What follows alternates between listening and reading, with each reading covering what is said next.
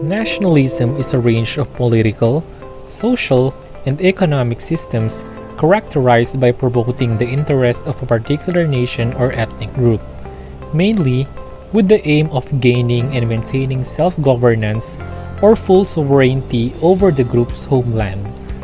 The political ideology therefore holds that link to the concept of self-determination, wherein a nation should govern itself free from unwanted outside interference. Nationalism is further oriented towards developing and maintaining the national identity based on shared characteristics such as culture, language, race, religion, political goals, or a belief on a common ancestry. It often also involves sense of pride in the nation's achievements, and it's closely linked to the concept of patriotism. In these terms, nationalism can be considered positive or negative. In some cases, nationalism referred to the belief that a nation should be able to control the government and all means of production. The word nation was used before the 1800s by Europe to refer to the inhabitants of a country as well as to the collective identities that could include shared history, law, language, political rights, religion, and traditions. The development of nationalism and the push of the popular sovereignty creates a lasting effect to different nations around the world. In this chapter, we will further discuss about the nationalism around the world.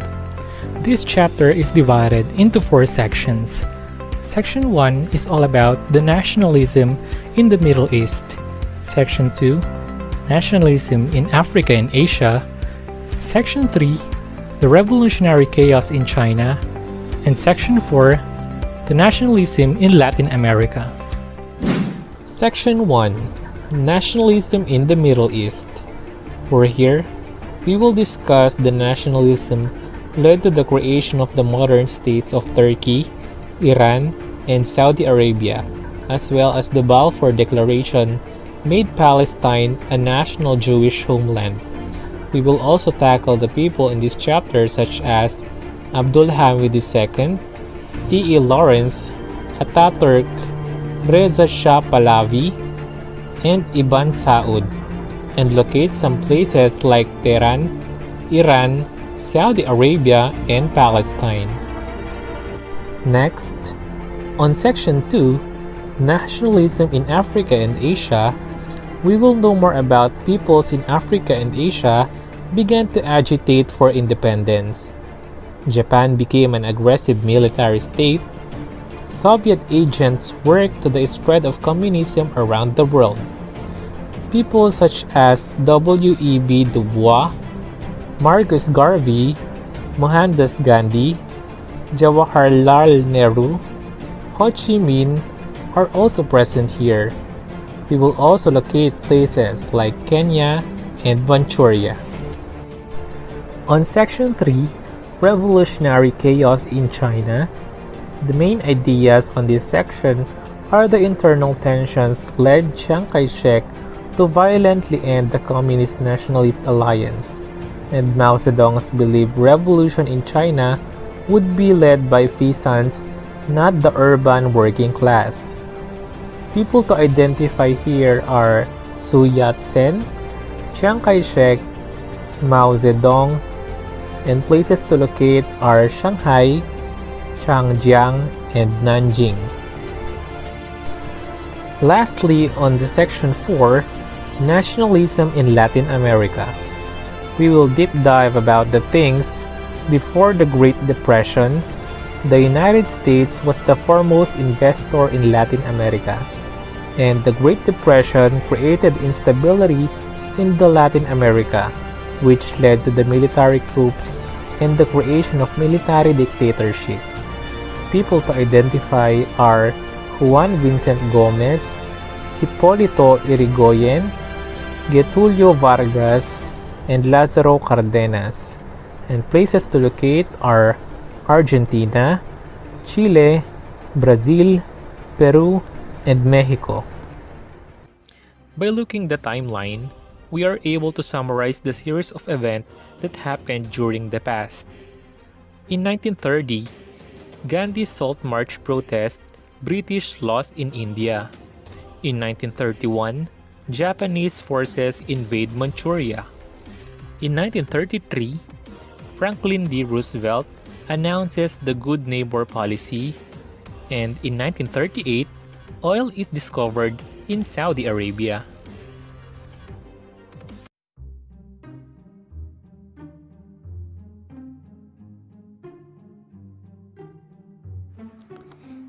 Gandhi leading the Salt March to Dandi to protest the British monopoly on salt production.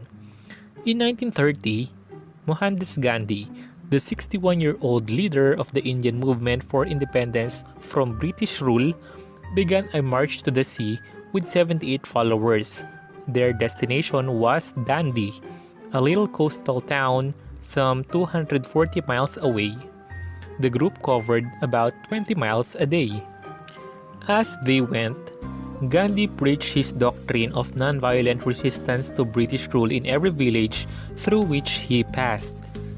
Civil disobedience is the inherent right of a citizen. He dare not give it up without ceasing to be a man. By the time Gandhi reached Dandi, 24 days later, his small group had become a non-violent army of thousands. When Gandhi and his followers arrived at Dandi, Gandhi picked up a pinch of crystallized sea salt from the sand. Thousands of people all along the coast did likewise. In so doing, they were openly breaking British laws that prohibited Indians from making their own salt. The British had long profited from their monopoly on the making and selling of salt, an item much in demand in India. They used coastal salt flats to collect crystallized sea salts to sell.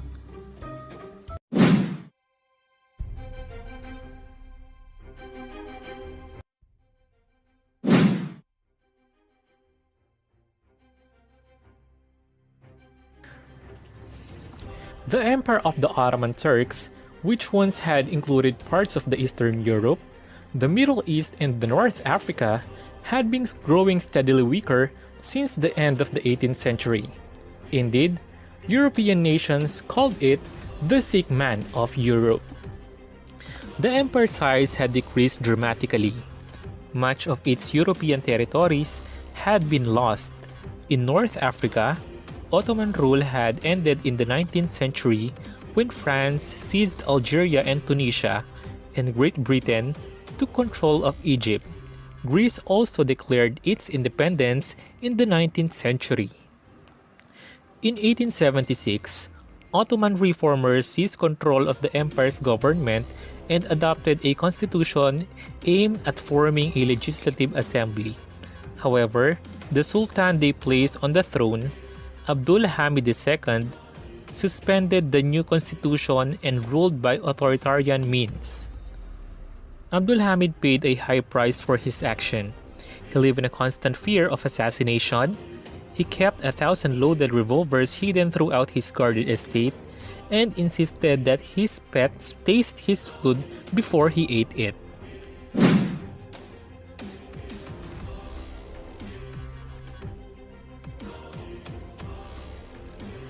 The final blow of the old empire came from the World War I. After the Ottoman government allied Germany, the British sought to undermine the Ottoman rule in the Arabian Peninsula by supporting the Arab nationalist activities there.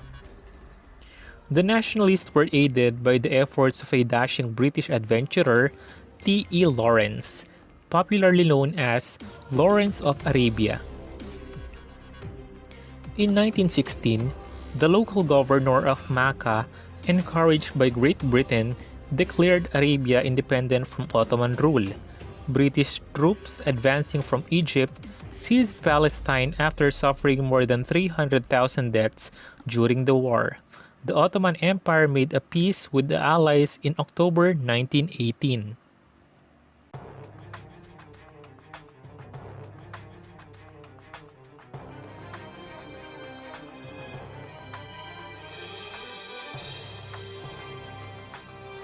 During the war, the Ottoman Turks had alienated the Allies with their policies toward minority subjects, especially the Armenians. The Christian Armenian minority had been pressing the Ottoman government for its independence for years. In 1915, the government violently reacted to an Armenian uprising by killing Armenian men and expelling women and children from the empire. Within 7 months, 600,000 Armenians had been killed and 500,000 had been deported. Of those deported, 400,000 died while marching through the deserts and swamps of Syria and Mesopotamia. For you to recognize better the places in this chapter, the map shows us Tehran at the northern part, which is also the current capital of Iran, formerly known as Persia. The Palestine was on the southwestern portion of Syria and the Saudi Arabia just below Iraq. And did you know that the Saudi Arabia, or the Arabian Peninsula, is the largest peninsula in the world, bordered by Red Sea, the Persian Gulf, the Levant, and the Indian Ocean? In geography, a peninsula is a piece of land projecting into water from a larger land mass.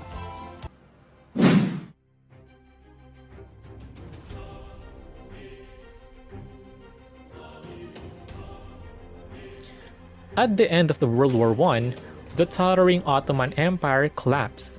Great Britain and France made plans to divide up Ottoman territories in the Middle East. Only the area of the present-day Turkey remained under the Ottoman control. Then, Greece invaded Turkey and seized the western part of the Anatolian Peninsula.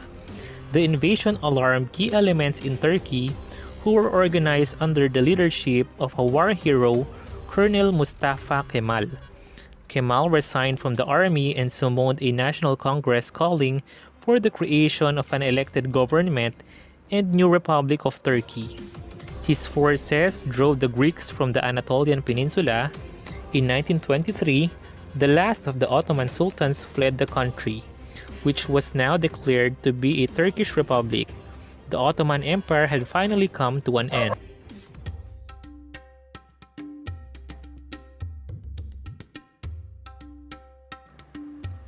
President Kemal was now popularly known as Ataturk or Father Turk.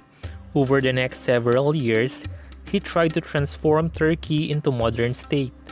A democratic system was put in place, but the president did not tolerate opposition and harshly suppressed his critics. Ataturk's changes went beyond politics.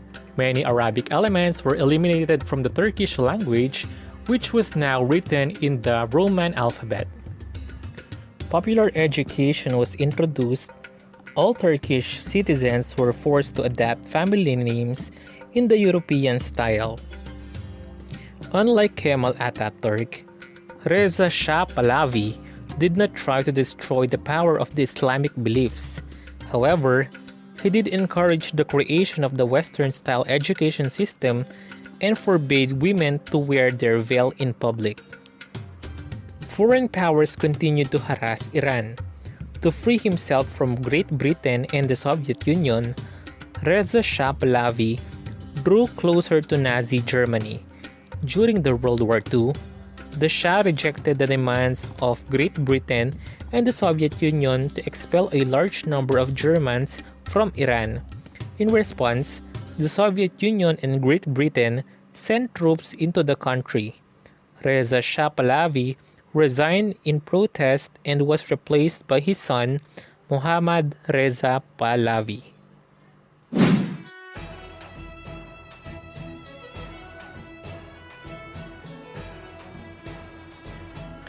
World War I offered the Arabs an opportunity to escape the Ottoman rule. However, there was a question as to what would replace the rule. The Arabs were not a nation, though they were united by their language and their Islamic cultural and religious heritage. Because Britain had supported the efforts of Arab nationalists in 1916, the nationalists hoped this support would continue after the war ended. In the early 1920s, a reform leader, Ibn Saud, united Arabs in the northern part of the Arabian Peninsula. Devout and gifted, Ibn Saud won broad support, and he established the Kingdom of Saudi Arabia in 1932. At first, the new kingdom, which consisted most of the vast desert of Central Arabia, was desperately poor. Its main source of income came from the Muslims pilgrims who visited Mecca and Medina.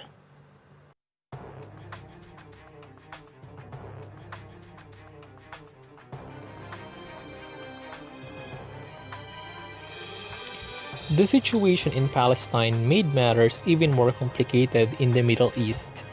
While Palestine had been the home of the Jews in antiquity, Jews had been forced into exile in the 1st century AD.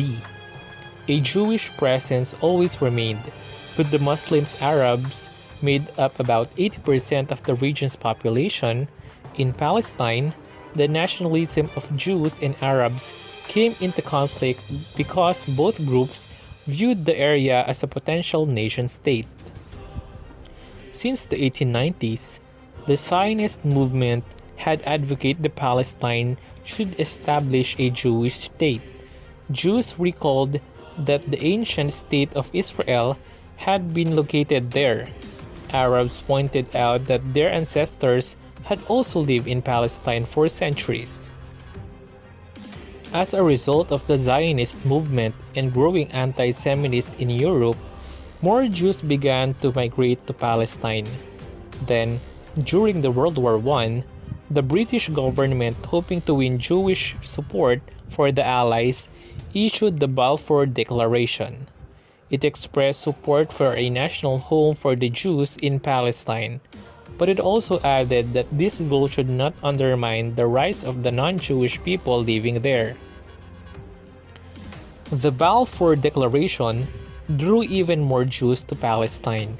In 1933, the Nazi regime in Germany began policies that later led to the Holocaust and the murder of the 6 million Jews.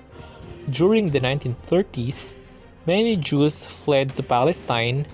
Tensions grew and violence between Jewish and Muslim inhabitants flared. Trying to end the violence, the British declared in 1939 that only 75,000 Jewish people would be allowed to immigrate to Palestine over the next 5 years. After that, no more Jews could do so. The decision, however, only intensified the tension and increased the bloodshed.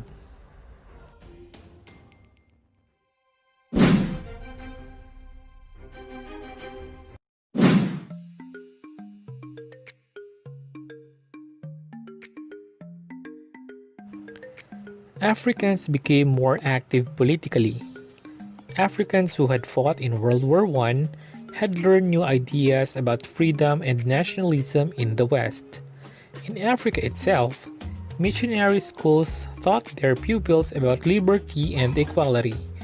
As more Africans became aware of the enormous gulf between Western ideals and practices, they decided to seek reforms. Reform movement took different forms. In Kenya in 1921, the Young Kikuyu Association, organized by Hari Thuku, a telephone operator, protested the high taxes levied by the British rulers. Kenya is located at the central eastern portion of Africa and just below the Ethiopia. Today, Kenya was known as a home to wildlife like lions, elephants, and rhinos. New leaders' calls for independence came from a new generation of young African leaders. Many had been educated abroad, in Europe, and in the United States. Those who had studied in the United States were especially influenced by the ideas of W.E.B. Du Bois and Marcus Garvey. Du Bois is an African-American educated at Harvard University, was the leader of a movement that tried to make all Africans aware of their own cultural heritage. Garvey is a Jamaican who lived in Harlem in New York City. He stressed the need for the unity of all Africans, a movement known as Pan-Africanism. His Declaration of the Rights of the Negro People of the World, issued in 1920, had a strong impact on later African leaders.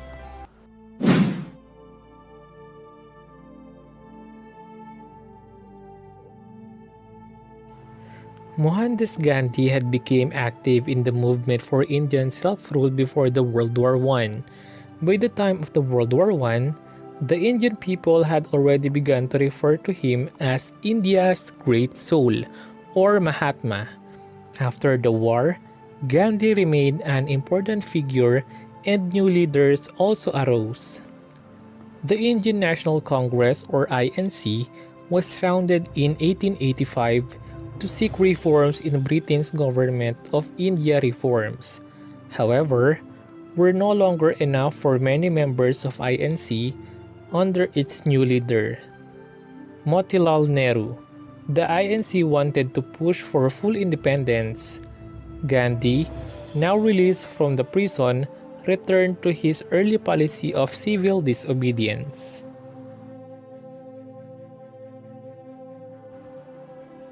In 1930s, a new figure entered the movement. Jawaharlal Nehru, the son of Motilal Nehru, studied law in Great Britain. The younger Nehru was an example of a new kind of Indian politician. He was upper class and intellectual. The independence movement is split into two paths. The one identified with Gandhi was religious, Indian, and traditional. The other, identified with Nehru, was secular, Western, and modern. The existence of two approaches created uncertainty about India's future path.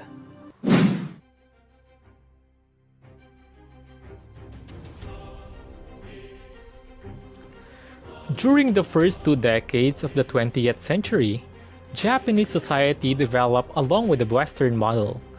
The economic and social reforms launched during the Meiji era led to the increasing prosperity and the development of the modern industrial and commercial sector. A zaibatsu economy in the Japanese economy. Various manufacturing processes were concentrated within a single enterprise called the zaibatsu, a large financial and industrial corporation. These firms gradually developed, often with government help, into vast companies that controlled major segments of the Japanese industrial sector. In the early 20th century, Japanese leaders began to have difficulty finding sources of raw materials in foreign markets for the nation's manufactured goods. Until World War I, Japan had dealt with the problem by seizing territories such as Formosa, Korea, and southern Manchuria, and making them part of the growing Japanese Empire. That policy succeeded but aroused the concern of the Western nations. Manchuria was located at the northwestern part of Korea. Manchuria today was called the Northeast Chinese Dongbei or Tongpei, formerly Guangdong or Guanyei. During the first 2 decades of the 20th century, Japan moved toward a more democratic government. The parliament and the political parties grew stronger. The influence of the old ruling oligarchy, however, remained strong. At the end of the 1920s, new problems led to the emergence of militant forces that encouraged Japan to become a militaristic state. The rise of the militant forces in Japan resulted when a group within the ruling party was able to gain control of the political system. Some of the militants were civilians convinced that the parliamentary system had been corrupted by the Western ideas. Others were members of the military who were angered by the cuts in the military spending and the government's pacifist policies during the 1920s. During the early 1930s, civilians formed extremist patriotic organizations such as the Black Dragon Society. Members of the Army and Navy created similar societies. One group of the middle-level army officers invaded Manchuria without government approval in the autumn of 1931. Within a short time, all of Manchuria had been conquered.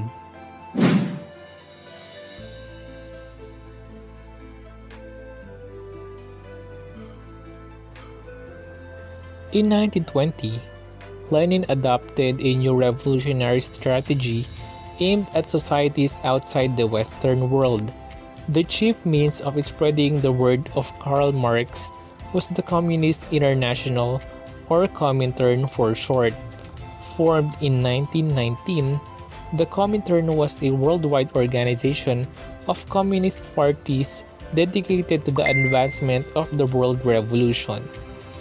At the Comintern's headquarters in Moscow, agents were trained and then returned to their own countries to form Marxist parties and promote the cause of the social revolution. By the end of the 1920s, practically every colonial society in Asia had a communist party. Ho Chi Minh learned about the revolution in Bolshevik Russia in 1919. While living in France, he became a dedicated follower of Lenin and eventually became a leader of the Vietnamese Communist movement.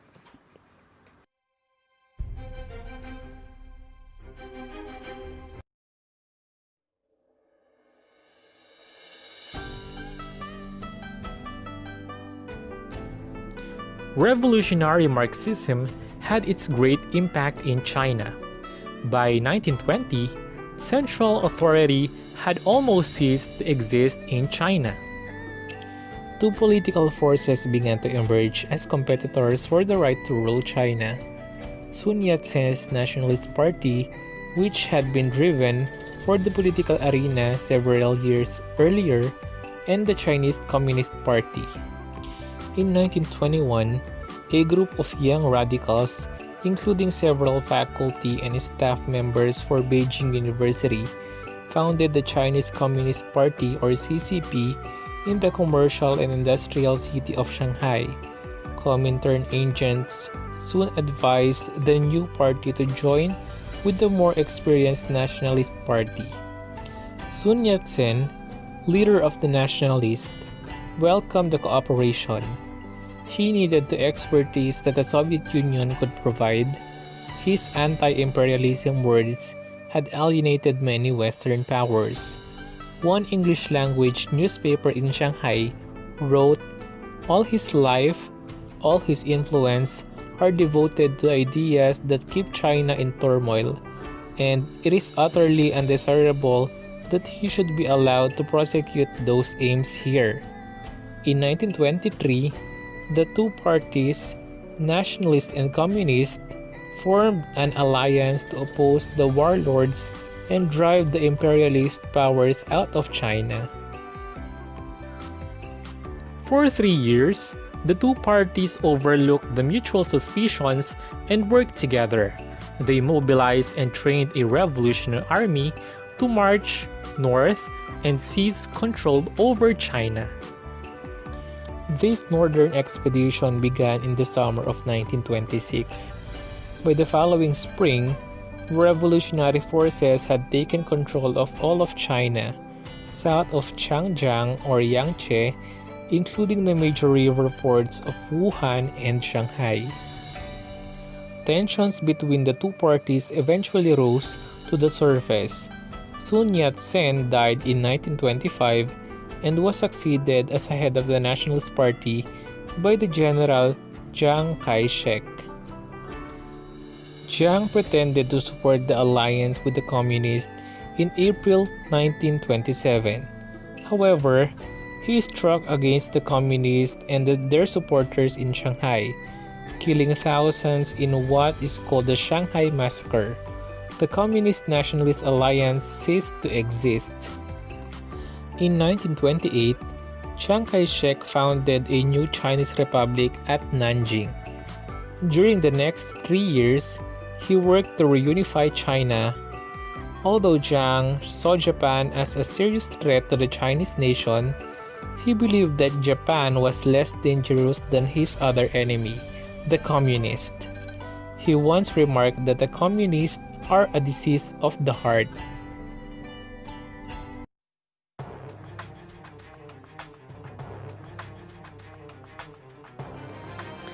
After the Shanghai Massacre, most of the communist leaders went into hiding in the city. There, they tried to revive the communist movement among the working class. Shanghai was a rich recruiting ground for the party. People were discontented and looking for leadership. In this map, we can see that Nanjing and Shanghai are both at the eastern part of China. Today, Shanghai, or Hu for short, is a renowned international metropolis drawing more and more attention from all over the world. Some party members fled to the mountainous Jiangxi province south of Xinjiang. They were led by the young communist organizer Mao Zedong. Unlike most other leading members of the Communist Party, Mao was convinced that Chinese Revolution would be driven by the poverty-stricken peasants in the countryside rather than by the urban working class. Chiang Kai-shek now tried to root the communists out of their urban base in Shanghai and their rural base in Jiangxi province. He succeeded in the first task in 1931. Most party leaders in Shanghai were forced to flee to Mao's base in South China. Chiang Kai-shek then turned his forces against Mao's stronghold in Jiangxi province. Chiang's forces far outnumbered Mao's, but Mao made effective use of guerrilla tactics, using unexpected maneuvers like sabotage and subterfuge to fight the enemy. 4 slogans describe his method. When the enemy advances, we retreat. When the enemy halts and camps, we trouble them. When the enemy tries to avoid battle, we attack. And when the enemy retreats, we pursue.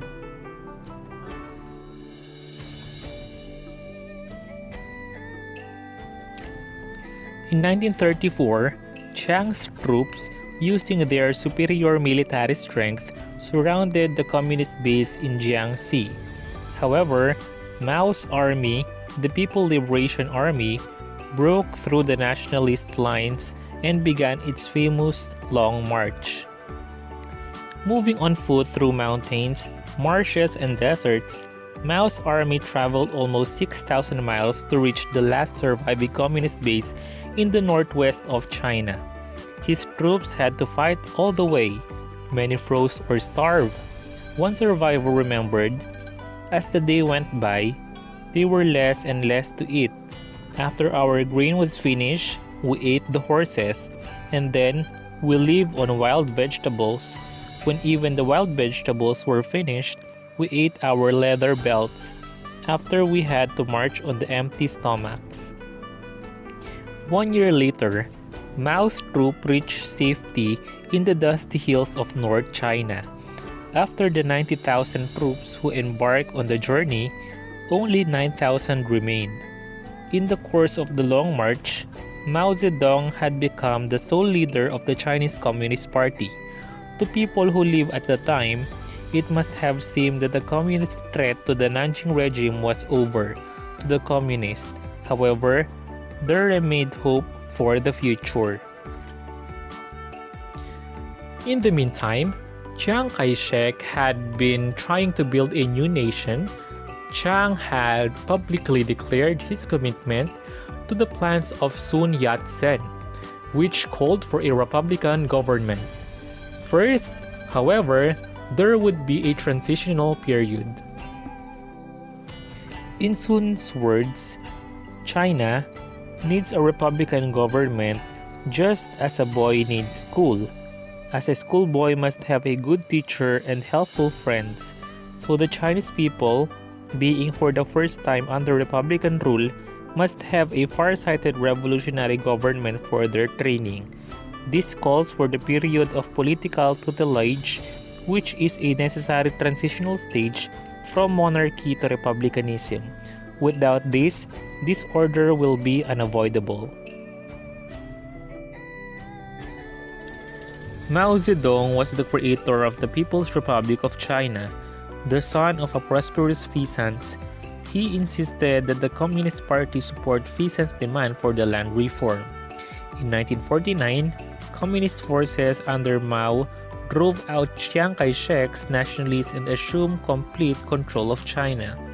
Mao's sayings were collected in quotation from Chairman Mao Zedong, which came to be known simply as the Little Red. Chiang Kai-shek became the leader of the Chinese Nationalist Party in 1925 and established a nationalist government over China 3 years later.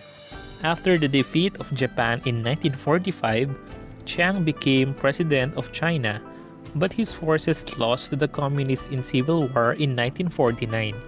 Chiang fled with his forces to Taiwan, where he established a dictatorship, claiming all the while to be the only legitimate ruler of China.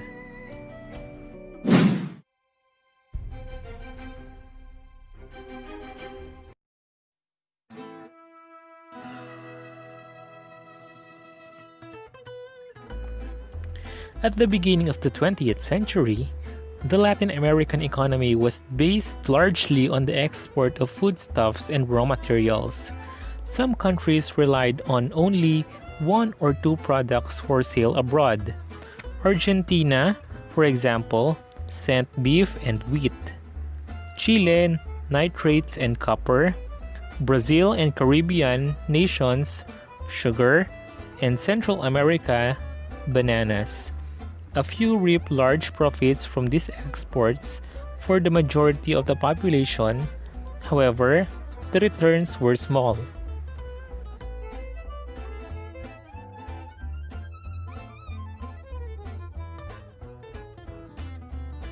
Beginning in the 1920s, the United States began to replace Great Britain as the foremost investor in Latin America. British investors had put money into stocks and other forms of investment and did not give them the direct control of the Latin American companies. Unlike British investors, US investors put their funds directly into production enterprises and run companies themselves. In this way, a large segment of Latin America's export industry fell into the hands of the United States company. A number of smaller Central American countries became independent republics, but their economies were often dependent on large, wealthy nations. The US-owned United Fruit Company, for example, owned land, packing plants, and railroads in Central America. American firms also gained control of copper mining industry in Chile and Peru, as well as the oil industry in Mexico, Peru, and Bolivia. The fact that investors in the United States controlled many Latin American industry angered Latin Americans. A growing nationalist consciousness led many of them to view the United States as an imperialist power. It was not difficult for Latin American nationalists to show that profits from the US businesses were sometimes used to keep ruthless dictators in powers. In Venezuela, for example, US oil companies had a close relationship with the dictator, Juan Vicente Gomez. The United States had always cast a large shadow over the Latin America. It had been intervened militarily in the Latin American affairs for years. This was especially true in the Central American and the Caribbean. Many Americans considered both regions vital to the security of the United States. The United States made some attempts to change its relationship with Latin America. However, in 1933, President Franklin D. Roosevelt announced the Good Neighbor policy. This policy rejected the use of U.S. military force in Latin America. Adhering to his word, the president withdrew the last United States Marines from Haiti in 1934. For the first time in 30 years, there were no U.S. troops in Latin American countries.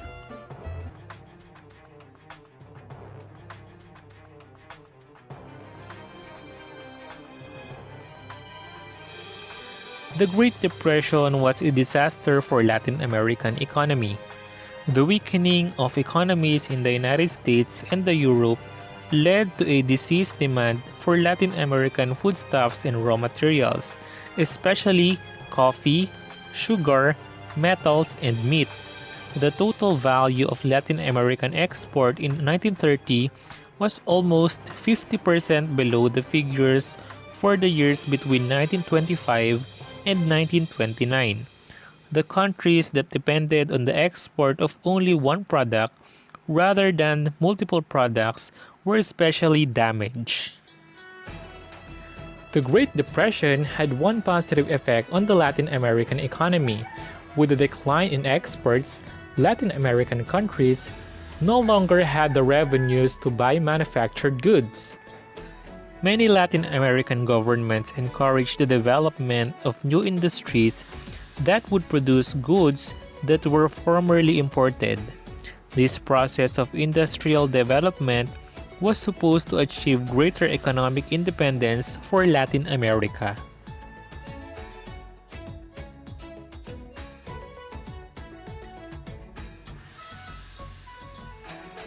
Authoritarianism is a form of government in which the governing body has absolute or almost absolute control. Typically, this control is maintained by force and little heed is paid to public opinion or the judicial system. Most Latin American countries had republican forms of government. In reality, however, a relatively small group of church officials, military leaders, and large landowners dominated each country. This elite group controlled the masses of people who were mostly poverty-stricken peasants. Military forces were crucial in keeping these special interest groups in power. Indeed, military leaders often took control of the government. This trend toward authoritarianism increased during 1930s, largely because of the impact of the Great Depression. Domestic instability caused by economic crisis led to the creation of many military dictatorships at the beginning of the 1930s. This trend was especially evident in Argentina, Brazil, and Mexico. Together, these nations possess over half of land and wealth of Latin America. The map shows us different countries in the Latin America. Mexico was located at the south of the United States. Peru was located at the western part of the South American continent. Brazil is in the east, which covers a vast land, and Argentina on the south. Argentina was controlled by an oligarchy, a government where a selected group of people exercises control. The oligarchy of large landowners who had grown wealthy from the export of beef and wheat failed to realize the growing importance of industry and cities in the country.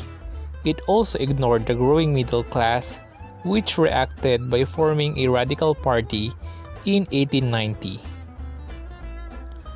In 1916, Hipólito Yrigoyen, leader of the Radical Party, was elected president of Argentina. The Radical Party, however, feared the industrial workers who were using strikes to improve their conditions. The party thus drew closer to the large landowners and became more corrupt. The military was also concerned with the rising power of industrial workers in 1930. The Argentine army overthrew President Irigoyen and re-established the power of the large landowners. Through this action, the military hoped to continue the old export economy and thus stop the growth of working-class power that would come with more industrialization. During the World War II, restless military officers formed a new organization known as the Group of the United Officers, or GOU. They were unhappy with the government and overthrew it in June 1943. 3 years later, the GOU member, Juan Perón, was elected President of Argentina. Brazil in 1889, the army had overthrown the Brazilian monarchy and established a republic. The republic was controlled chiefly by the landed elites, who had become wealthy by growing coffee on large plantations. By 1900s, 3/4 of the world's coffee was grown in Brazil. As long as the coffee prices remained high, the ruling oligarchy was able to maintain its power. The oligarchy largely ignored the growth of urban industry and the working class that came with it. The Great Depression devastated the coffee industry. By the end of 1929, coffee prices had hit a record low. In 1930, a military coup made Getulio Vargas, a wealthy rancher, president of Brazil. Vargas ruled Brazil from 1930 to 1945. Early in his rule, he appealed to workers by instituting an 8-hour day and minimum wage. Faced with strong opposition in 1937, Vargas made himself dictator.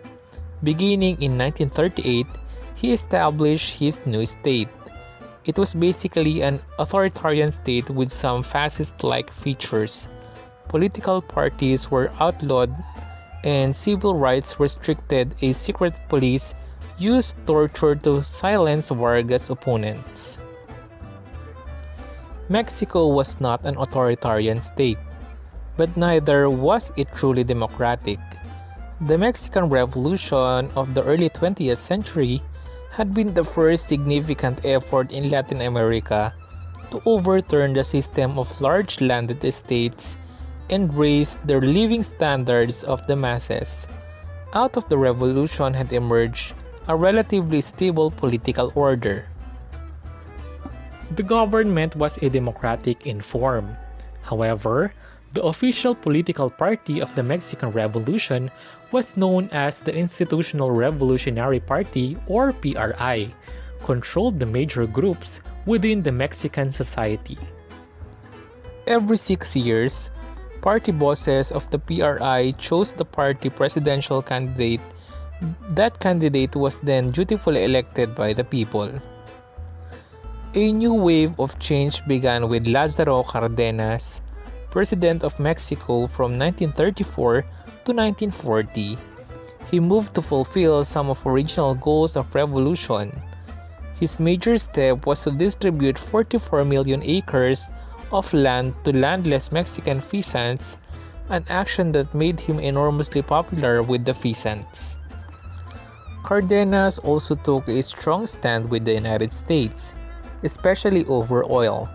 By 1900s, Mexico was known to have enormous oil reserves.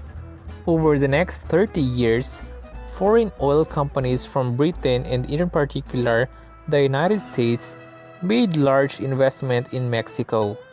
After a dispute with the foreign-owned oil companies over workers' wages, the Cárdenas government seized control of the oil fields and the property of the oil companies.